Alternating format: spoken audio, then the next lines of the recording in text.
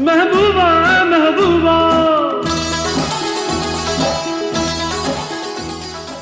जब सहरा में मिलते हैं मैं और तू. بیوگرافی جنجالی امروزمون در مورد سرگذشت رقصنده و هنرپیشه زیبا و مشهور از زمان گذشته است. کسی که رکورد داره خیلی از عنوان هاست. مثلا اون برای اولین بار بنیانگذار عنوان آیتم گرل یا رقصنده جدا در موزیک ویدیوها بود. اون با موفقیت‌ها و کامیابی‌هاش یه تاریخ مجزا رو از نو نوشت، طوری که بدون اون فیلم‌های بالیوودی دیگه فیلم نمی‌شد و فروش نمی‌کرد. رقصنده‌ای که تا حالا هیچ کدوم از رقصنده‌های فیلم‌های بالیوودی حتی نتونستن به گرد پاش برسن. اون وقتی می‌رقصید با اداهاش و سبک منحصر به فردش همه رو مدهوش و بیهوش می‌کرد و سالن‌های سینما با صدای تشویق و سودهای مردم پر میشد و منفجر میشد. اون رکورددار گران قیمت ترین رقاص بالیوود هم بود. در دهه 60 و 70 اون تنها دختر رقاصی بود که برای هر موزیک ویدیو هزاران روپیه دستمزد میگرفت. درآمدش حتی از درآمد هیروئین ها و هنرپیشه‌های اصلی زن فیلم هم بیشتر بود و همه کارگردان ها و فیلمسازها برای کار کردن باهاش صف میکشیدن. اون حتی رکورددار بیشترین استفاده لنز چشم و کلاگیسه. اون توی هر موزیک ویدیو یه رنگ لنز چشم متفاوت استفاده میکرد و یه رنگ کلاگیس متفاوت. اونم تو دهه 60 و 70 میلادی. میدونید مال چه سالی میشه؟ جالب اینجاست که اون اصلا هندی نبود، ولی شهرت و جلوش توی هند متعلق به یک کلاس و لول دیگه است.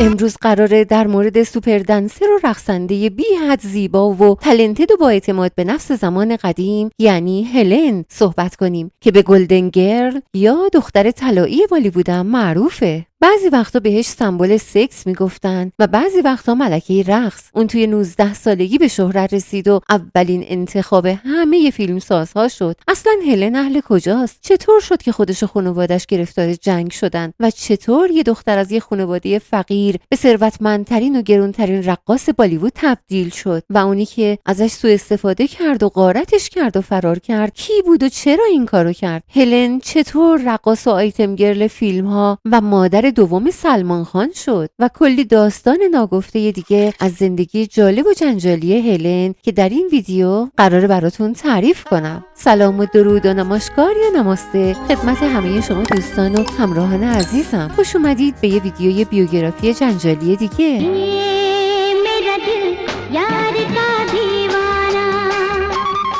هلن در 21 نوامبر سال 1938 در برمه قدیم یا میانمار فعلی متولد شده. اسم کاملش هلن جیراگ ریچاردسون بوده. اسم مادرش مارلینه و برمه‌ای بوده و اسم پدرش هم جورج بوده و هندی بوده. چند ماه بعد از تولد هلن پدرش فوت میکنه و بعد از مرگ پدرش مادرش با یه سرباز ارتش بریتانیا دوباره ازدواج میکنه که اسمش ریچاردسون بوده. اما توی جنگ جهانی دوم که ژاپن به برمه حمله میکنه ریچاردسون شوهر دوم مادرش هم توی جنگ کشته میشه. در سال 1943 مادرش مارلین و کل خانواده‌شون با یه عده‌ای از اهالی جنگ زده دهاتشون پای پیاده به سمت هند مهاجرت میکنن و به همراه هلن و مادرش برادر و خواهر ناتنیش جنیفر هم بودن. توی اون مهاجرت مادر هلن برای 4مین بار از ریچاردسون حامله بوده، اما به دلیل شدت گرسنگی و خستگی سقط جنین میکنه. اما هلن بالاخره با مادر و خواهر و برادرش به کلکته میرسه. بعد از رسیدن به کلکته اوضاعشون خرابتر هم میشه. نه جای خواب داشتن و نه آب و غذا. بعد از یه دوره جنگیدن و کلنجار رفتن با گرسنگی و بی سرپناهی در سال 1948 برادر هلن ریچارد هم توی جنگ فوت میکنه. مادر هلن به عنوان پرستار یه جا شروع به کار میکنه. هلن هم اینور و اونور کارگری میکرده و کارهای کوچیک انجام میداده و تا روزگارشون رو با این کارهای کوچیک بتونن بگذرونن و شکمشون رو سیر کنن. اما اموراتشون نمیگذشت و اوضاعشون بهتر نمیشد. واسه همین هلن با مادرش از کلکته به بمبئی میاد. این همون دوره‌ای بود که بالیوود تازه داشت شکل میگرفت و فیلم‌های بالیوودی تازه داشت شروع میشد. اون زمان یه دختر هندی انگلیسی به نام کوکوموره توی فیلم‌ها به عنوان دنسر و رقصنده حسابی مشهور بود که کوکوموره در اون زمان برای رقصیدن توی آهنگ حدود 6000 روپیه پول میگرفته که این رقم زیادی محسوب میشده.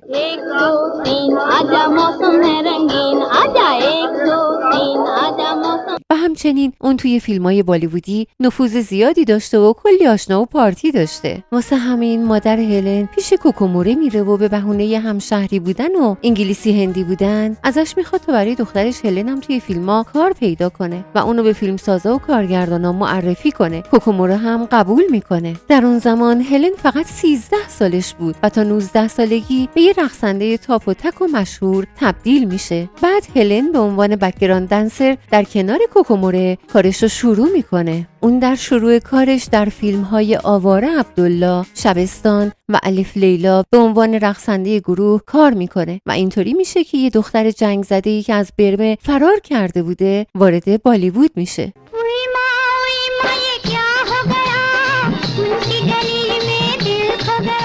هلن بعد از اون پشت سر هم در آهنگ‌های فیلم‌های زیادی نقشای کوچیکی رو به عنوان رقصنده گروه انجام میده، مثل فیلم مایور، پنکه، سانتوشام، هلاکو، مستر لمبو و فیلم یهودی که لرکی. اون پشت سر هم کار میکرد، ولی با این وجود هلن اون قدری که میخواست هنوز شناخته و مشهور نشده بود.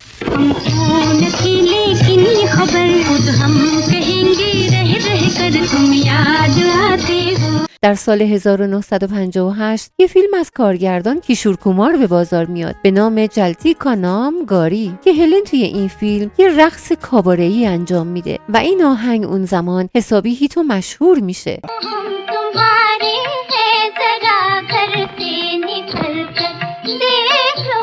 بعد از اون یه فیلم عالی از هنرپیشه مدوبالا و کیشور کومار اکران میشه به نام هاورا بریج و توی موزیک ویدیوی مشهور این فیلم هلن تمام هنرش رو میذاره و طوری میرقصه و نقشش رو ایفا میکنه که به همراه شهرت آهنگ هلن هم یه شبه ستاره میشه.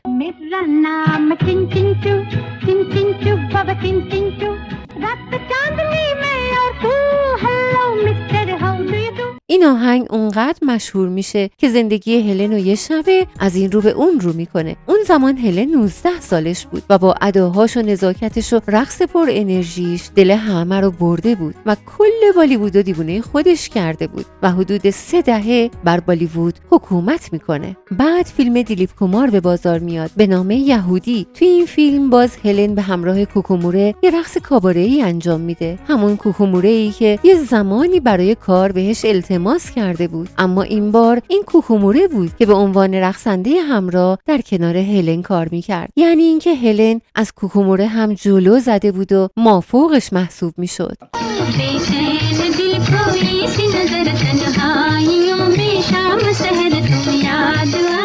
در دهه 60 هلن دیگه به یه دنسر و رقصنده نامبروان تبدیل شده بود و دیگه اسم و شهرت خودش رو به دست آورده بود. حتی توی فیلم‌های جنوب هندی هم به عنوان بهترین رقصنده کاباره مشهور شده بود و کار میکرد. در سال 1960 فیلم هامه هندوستانی اکران میشه که این آهنگ فیلم هنوزم در تاریخ 15 آگوست و 26 ژانویه دوباره پخش میشه و مردم گوش میکنن، چون این روزها روزهای آزادی و استقلال هنده. कल की बात पुरानी नए दौर में लिखेंगे मिलकर नई कहानी हम हिंदुस्तानी.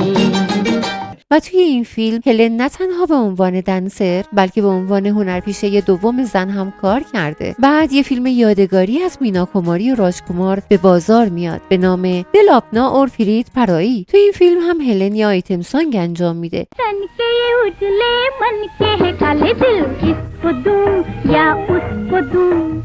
بعد فیلم‌های چاینا تاون، آیا طوفان، چا چا چا اور کنتی به بازار میاد که توی همه این فیلم‌ها هلن هم به عنوان دنسر و هم به عنوان هنرپیشه اصلی فیلم کار کرده و اینطوری ثابت میکنه که به جز رقص هنرپیشه خوبی هم هست. بعد یه مولتی استار فیلم اکران میشه و به سینماها میاد به نام زندگی که رقص هلن در آهنگ این فیلم حسابی سر و صدا میکنه.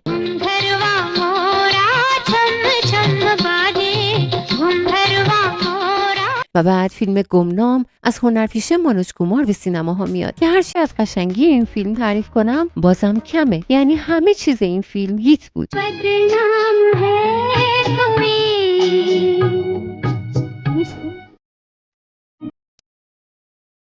آهنگای فوق‌العاده‌اش اونم برای اون دوره، چه صحنه ها و داستان رمانتیکش.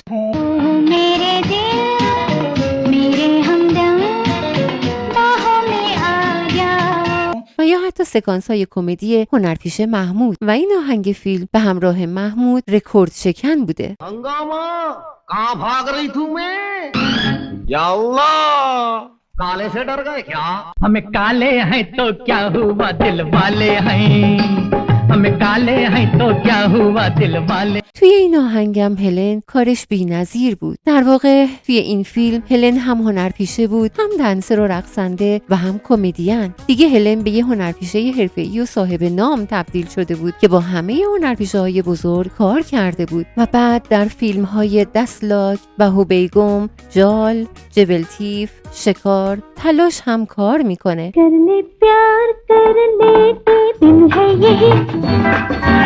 اما واقعا هلن تو اون دوره از زمان خودش بیشتر از 30-40 سال جلوتر بود. یعنی همچین لباسایی توی همین دوره هم مدرن محسوب نمیشه و کسی جرأت پوشیدنشو نداره. لباسایی که هلن در سالهای 1969 و 70 میپوشیده و با اعتماد به نفس بالا جلوی دوربین میرفته و میرقصیده و حتی نگران حرف مردمم نبوده. حتی همین الانش هم کسی این اعتماد به نفس رو نداره و این جرأت رو نداره که اون لباسا رو بپوشه.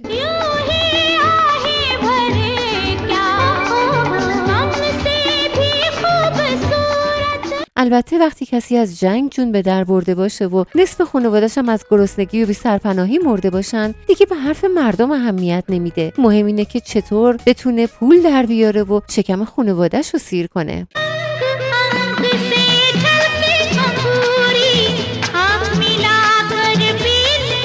و بعد هلن باز در فیلم‌های پرنس، بهایی بهن، انتقام، آسو بنگیاپول، ترین، تومسه می جوان همچنان کار میکنه. गुलाबी आंखें जो तेरी देखी शराबी ये दिल हो गए. و باز هم بعد از اونها همچنان هلن پشت سر هم در فیلم‌های زیادی کار کرده و اون اولین پسند همه هنرپیشه‌های بزرگ مرد شده بود و بدون حضور اون و رقصش توی فیلم هیچ فیلمی تکمیل نمی‌شد و به بازار نمی‌اومد. هلن در فیلم‌های ماندگاری مثل کاروان، اوپاسنا، مری جیون ساتی، دل، دولت، اردنیا و آنامیکا هم هنرنمایی کرده، طوری که تا حالا کسی به سطح اون هم نرسیده.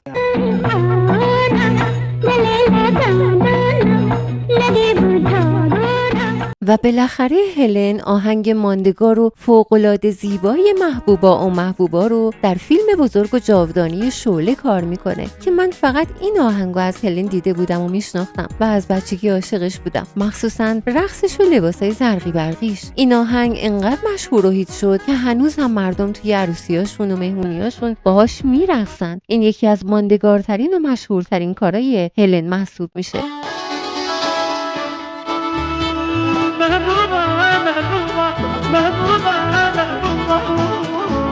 गुलशन में गुल खिलते हैं जब सहरा में मिलते हैं मैं और तू.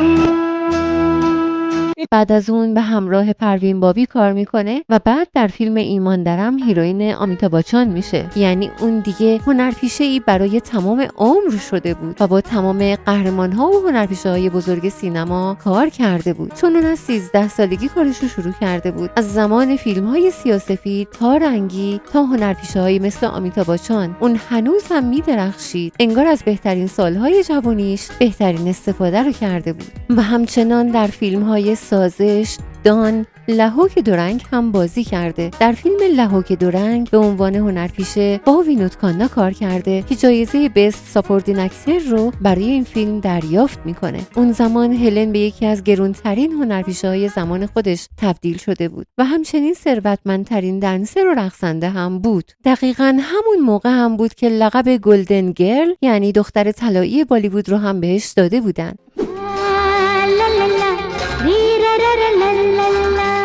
بعد از اون بود که آروم آروم دیگه داشت سن هلن بالا میرفت و رد پای گذر زمان توی چهرهش نمایان شده بود. در فیلم رام بالرام اون نقش یه زن سمبالا رو بازی کرده و وقتی این نقش رو بازی میکرد دیگه مردم فهمیدن که دوره آیتم گرل و رقصنده بودنش تموم شده، ولی همچنان هلن به کار کردن ادامه داد، ولی دیگه اون درخشش سابقش دیده نمیشد و پیشنهاد کارم براش کم شده بود. با وجود این در سال 1989 در فیلم سوال یا سوال هلن یه بار دیگه آیتم گیر کار میکنه و سعی کرد که دوباره برگرده، اما اون جوابی که از مردم میخواست رو نگرفت. بعد هلن نقشای مکمل و ساپورتین اکتر رو کار میکرد و نقشای کوچیکی رو در فیلم ها قبول میکرد و در فیلم های حادثه، باند 303 و فیلم آکیلا هم نقش هنرپیشه مکمل رو بازی کرده. در سال 1996 در فیلم سلمان خان به نام خاموشی هلن نقش مادر بزرگ رو بازی میکنه و دیگه به طور کامل تبدیل به یه مادر بزرگ شده بود. و بعد در فیلم هم دل ده چوکه حسنم هم نقش مادر سلمان خان رو بازی میکنه، نقشی که اون زمان واقعا واقعی شده بوده، یعنی اون مادر سلمان خان شده بوده که در ادامه و قسمت زندگی شخصیش بیشتر براتون توضیح میدم.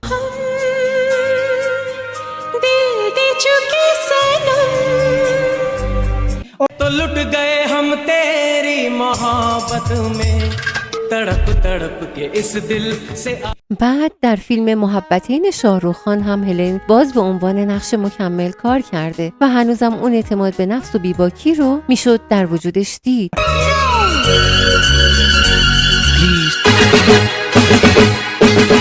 بعد از اون هم در فیلم های شرارت، دل نجسه آبناکاها، آنجانه، همکو دیوانا کرگئی، مری لگه، جوری برکرز و فیلم هیروین کارینا کاپور و کلی فیلم دیگه هم نقش‌های کوچیکی رو ایفا کرده. هلن در تمام عمرش و سابقه کاری و هنریش در بیشتر از 600 فیلم هنرنمایی کرده و کار کرده و هم دنسر و رقصنده و هم هنرپیشه بوده. اون حتی در فیلم‌هایی به زبان تامیل، تلگو، ملیالم و پنجابی هم به عنوان دنسر و رقصنده هنرنمایی کرده و درخشیده. اون تنها دنسری بود که دستمزدش از هیروئین فیلم‌ها، یعنی هنرپیشه زن اصلی فیلم، هم گرونتر بود. هلن در تاریخ بالیوود تنها دنسری بود که سبک‌های مختلف رقص رو به بالیوود آورد. برای اولین بار لقب آیتم گرل و کاور کوین هم متعلق به هلنه و در ضمن بیشتر ترانه‌ها و آهنگای هلن و خواننده مشهور آشا بوسله خونده. آهنگای سکسی که خواننده‌های دیگه توانایی و جرأت خوندنشو نداشتن. خواننده آشا بوسله خواهر خواننده معروف و فقید هند لاتا مانگیشگر بوده و لاتا هم برای هلن یه آهنگ خونده، اما فقط یکی، اونم این آهنگ بوده.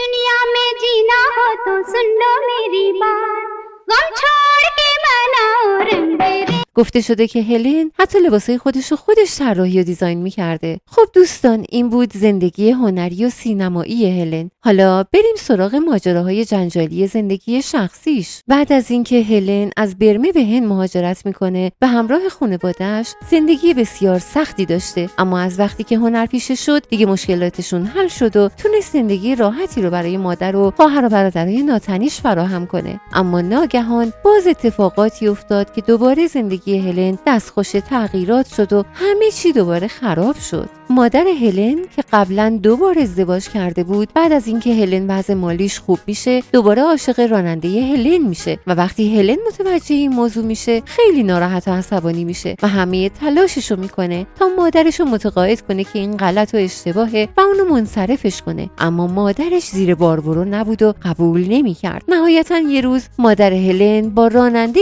هلن از خونه فرار میکنه. این جریان شوک بزرگی رو به هلن وارد میکنه و بعد هلن تمام رابطه‌هاشو با مادرش قطع میکنه. برادر ناتنی هلن و خواهر ناتنیش هم به همراهش توی چند تا فیلم کار کردن و نقشای کوچیکی رو ایفا کردن. خواهر ناتنی هلن، جنیفر، هم 2 بار ازدواج کرد و بعد کاملا منزوی شد و زندگیشو پرسونال کرد. در دهه 60 یه دنسر دیگه بود که شبیه هلن میرقصید و چهرهش هم خیلی شبیه هلن بود. همون زمان بود که شایعه شد این همون خواهر ناتنی هلن، جنیفره، که اسمشو عوض کرده و دوباره داره کار میکنه. اما این حقیقت نداشت، ولی به هر حال این جریان اون زمان سرتیتر همه اخبارها شده بود.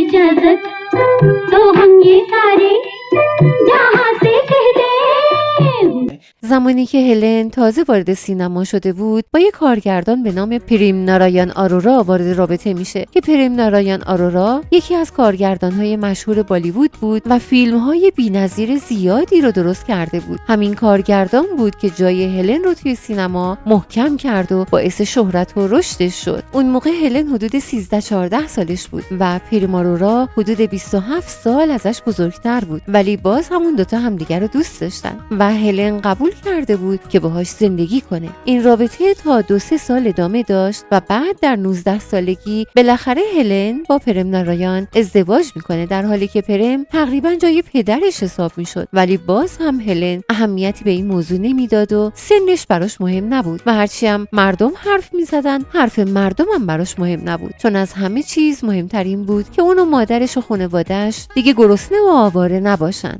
با وجود فاصله سنی زیاد اما بازم ازدواجشون حدود 16-17 سال ادامه پیدا کرد و طول کشید و به خوبی کنار هم زندگی کردن، اما بچه دار نشدن. پرم نارایان کارگردان بزرگی بود و فیلم‌های زیادی درست کرده بود، اما با بالا رفتن سنش دیگه کسی کار بهش نمیداد و وضع مالیش خراب شد و اون ورشکسته شد. اوضاع طوری شده بود که دیگه هلن خرجشو میداد و مخارج خونه به عهده اون بود. اما بعد از یه مدتی تامین مخارج برای هلن دیگه سخت شده بود و آروم آروم هلن ازش فاصله گرفت و در نهایت ازش جدا شد.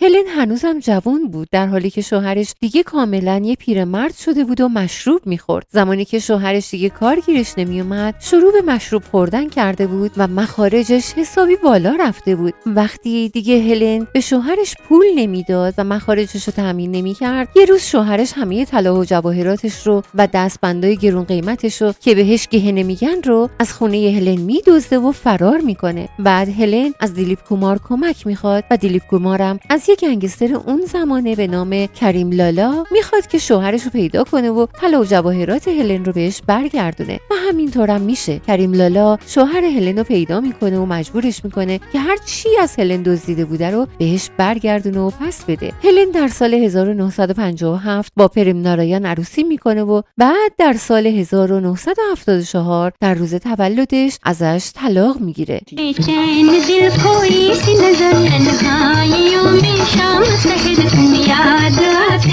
بعد از طلاقش هلن با پدر سلمان خان یعنی سلیم خان آشنا میشه. در فیلم کابلی خان هلن هیروئین فیلم بود و پدر سلمان خان سلیم خان نقش منفی فیلمو بازی میکرد. زمان فیلم برداری و کار توی این فیلم بود که هلن و سلیم خان به هم نزدیک میشن. در اصل سلیم خان نویسنده فیلم‌ها بود و توی چند تا فیلم با هلن کار کرده بود. سلیم خان از قبل متأهل بود و ازدواج کرده بود با مادر سلمان خان که اسمش سلمان خانه و اون موقع 3-4 تا بچه هم داشتن، یعنی سلمان خان، ارباز خان، سهیل خان و خواهرشون الویرا خان. ولی با وجود همه اینا هلن و سلیم خان همدیگر رو دوست داشتن و میخواستن با هم ازدواج کنن، اما خانواده مخصوصا زنش سلما و پسرش سلمان خان با این ازدواج کاملا مخالف بودن. اما با وجود مخالفت خانواده و زنش، سلیم خان و هلن در سال 1981 بالاخره با هم ازدواج میکنن. اما بعد از ازدواج زن و بچهش مخصوصا سلمان خان هلن رو قبول نکردن و تا مدت‌ها باهاش مشکل داشتن و باهاش رفتار خوبی نداشتن. اما هلن به خاطر زن و بچه سلیم خان دیگه بچه دار نشد و یه دختر یتیم به نام آرپیتا به فرزندی قبول میکنه. با گذر زمان خانواده اول سلیم خان هلن رو قبول میکنن و سلمان خان هم اونو به عنوان مادر دوم خودش قبول میکنه و از خواهر ناتنیشون آرپیتا هم با عشق حفاظت میکردن و خود سلمان خان خواهرش رو شوهر میده و براش یه عروسی مفصل و مجلل میگیره. اون با هنرپیشه آیوش شارما عروسی میکنه. سلمان خان آرپیتا رو از خواهر تنیش هم بیشتر دوست داره و شوهرش رو هم هنرپیشه کرده که از مشهورترین فیلماش فیلم آنتمه.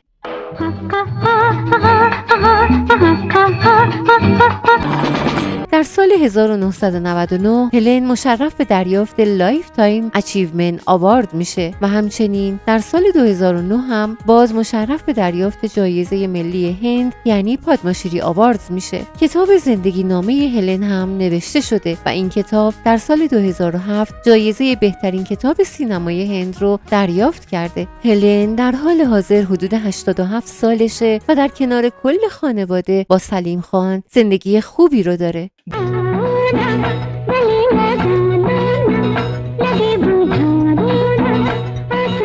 خب دوستان، این بود داستان زندگی ملکه رقص کاباره و اولین آیتم گرل و دنسر بالیوود و همچنین نامادری سلمان خان یعنی هلن، که امیدوارم این بیوگرافی هم مورد توجهتون قرار گرفته باشه. پس لایک و سابسکرایب یادتون نره و تا یه ویدیوی جنجالی دیگه مراقب خودتون باشید. मैं अलबेली प्यार जता कर ले लेती हूँ दिल मेहरबान महबूब दिल पर